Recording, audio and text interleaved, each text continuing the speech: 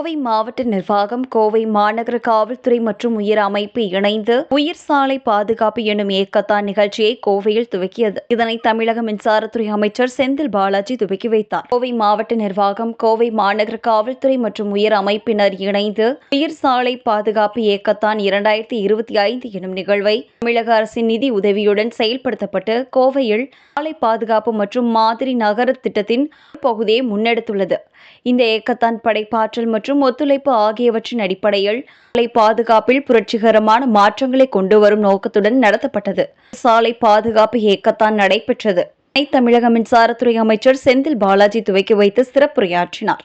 சகோதரர் ஸ்ரீ சந்தோஷ் அவர்கள் பல்வேறு கருத்துக்களை எடுத்து முன்வைத்தார்கள்.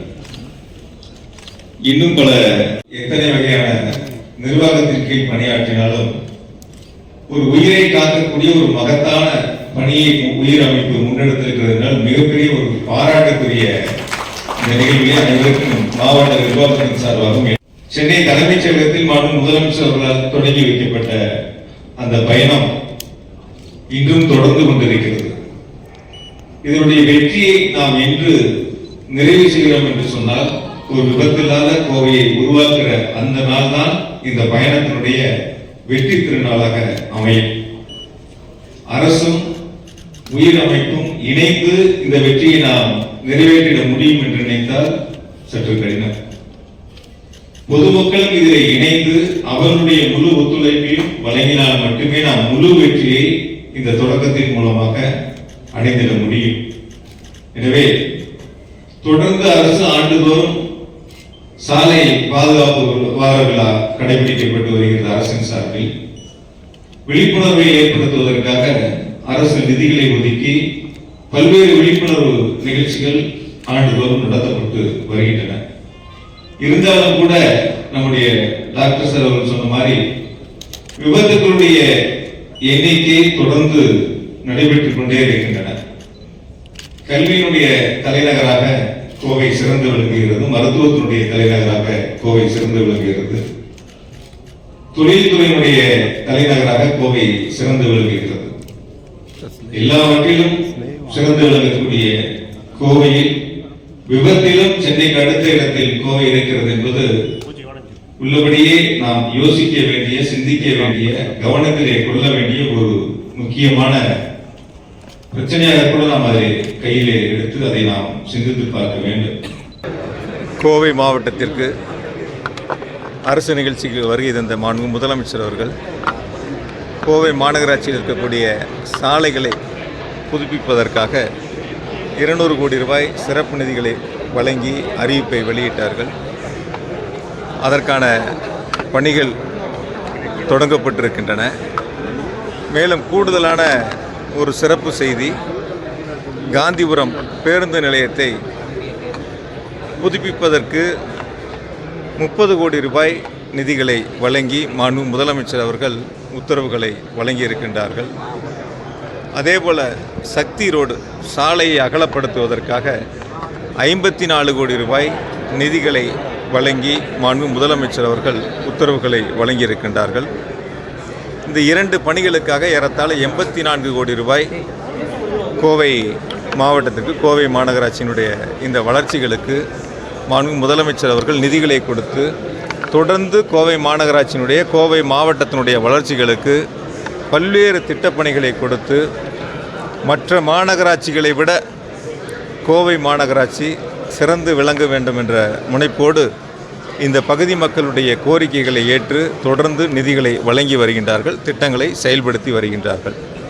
எனவே இன்னும் பல திட்டங்களை மாண்பு முதலமைச்சர்கள் வழங்க தயாராக இருக்கின்றார்கள்.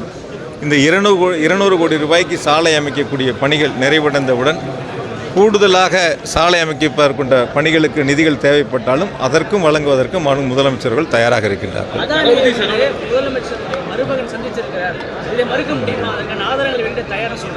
சில பேர்த்துக்கு ஊரில் வேலை வெட்டி இல்லைங்க, சில பேர்த்துக்கு ஊரில் வேலை வெட்டி இல்லை. ரொம்ப நாளாக நீங்களாம் அவங்கள மறந்துட்டீங்க, பத்திரிக்கை தொலைக்காட்சியெல்லாம் மறந்துட்டாங்க. கொஞ்சம் எதாவது நீங்கள் திரும்பி பார்க்கணும்ல, அதுக்காக சில கருத்துக்களை போகிற போக்கில் சில கருத்துக்கள் சொல்லிட்டு போகிறாங்க. உங்களுக்கும் வேலை இருக்குது, எங்களுக்கும் வேலை இருக்குது. அரசு நிர்வாகம் செம்மையாக செயல்பட்டுக்கிட்டு இருக்குது. பலவிதமான வளர்ச்சி திட்டப் பணிகளை மாவட்டந்தோறும் முதலமைச்சர்கள் செயல்படுத்திகிட்டு இருக்காங்க. அந்த செய்திகளை வெளியிடும்போது சில பத்திரிகையாளர் கேள்வி கேட்கலாம், வேறு எந்த மாநிலங்களும் இது மாதிரிலாம் இல்லையா, வேறு எதுவும் கேட்குறது இல்லையே, கேட்கலாம்ல.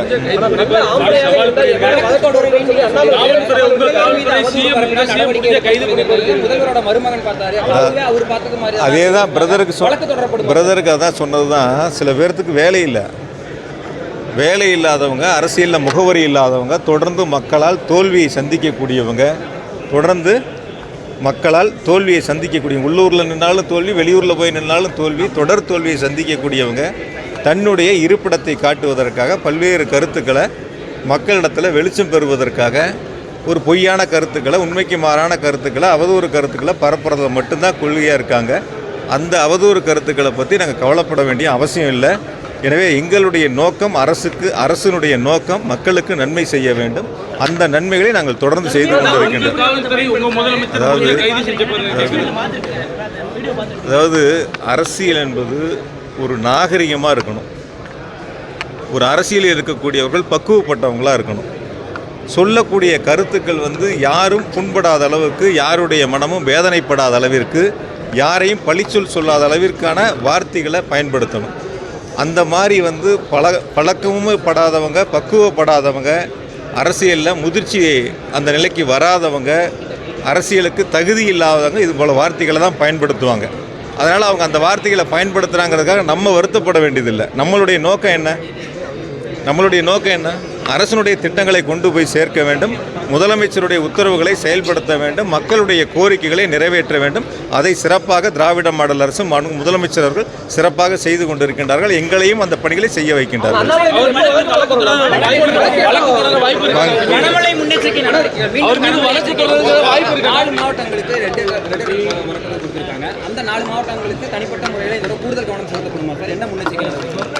அதாவது பருவமழை எதிர்கொள்ளக்கூடிய வகையில் தொடர்ந்து மாண்பு முதலமைச்சர் அவர்கள் ஆய்வுக் கூட்டங்களை நடத்தி ஒவ்வொரு துறைகள் வாரியாக எடுக்க வேண்டிய முன்னெச்சரிக்கை நடவடிக்கைகள், உத்தரவுகளை வழங்கி அனைத்து துறைகளும் இந்த மழையை எதிர்கொள்வதற்கு தயார் நிலையில் இருக்கிறது. அந்த வகையில் பார்த்திங்கன்னா விழுப்புரம், கடலூர் போன்ற பகுதிகளில் ஏற்பட்ட பாதிப்புகள் கூட 2 நாட்களுக்குள் முழுமையாக ஒரு இயற்கை, அதாவது ஒரு சாதாரண நிலைக்கு, சகஜ நிலைக்கு திரும்பக்கூடிய அளவிற்கு அரசினுடைய எந்திரம் மிக சிறப்பாக செயல்பட்டு முதலமைச்சர் அவர்களே அங்கு வருகை தந்து, துணை முதலமைச்சர்களே அங்கு வருகை தந்து அரசினுடைய பணிகளை, நடவடிக்கைகளை வேகப்படுத்தி, விரைவுபடுத்தி பொதுமக்கள் இயல்பு நிலைக்கு திரும்பி இருக்கின்றார்கள். எனவே ஒட்டுமொத்தமாக தமிழ்நாடு முழுவதும் இந்த பருவமழை எதிர்கொள்வதற்கு அரசு தயாராக இருக்கிறது.